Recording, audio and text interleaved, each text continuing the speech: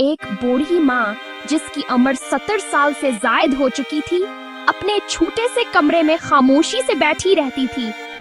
उसकी बेटी, जो अब शादीशुदा थी, दूसरे शहर में रहती थी और महीनों बाद माँ को फोन करती या आती।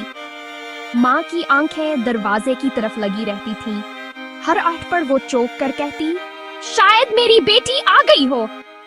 लेकिन दरवाजा कभी ना खुलता। एक दिन बारिश हो रही थी, सर्दी भी थी। माँ ने चूल्हे पर चाय रखी और खुद कंबल में लिपटी बैठी थी कि दरवाजा बजा।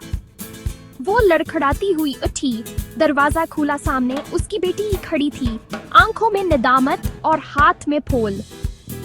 माँ ने कुछ ना कहा, बस बेटी को गले लगा लिया। आंसू दोनों की आंखों से रवां हो गए। उम्मी, मैं आपको बहुत याद करती थी, लेकिन वक्त नहीं निकाल पाई। वक्त निकालना मुश्किल नहीं होता, बस नियत का होना जरूरी होता है। उम्मी, मैं आपको बहुत याद करती थी, लेकिन वक्त नहीं निकाल पाई।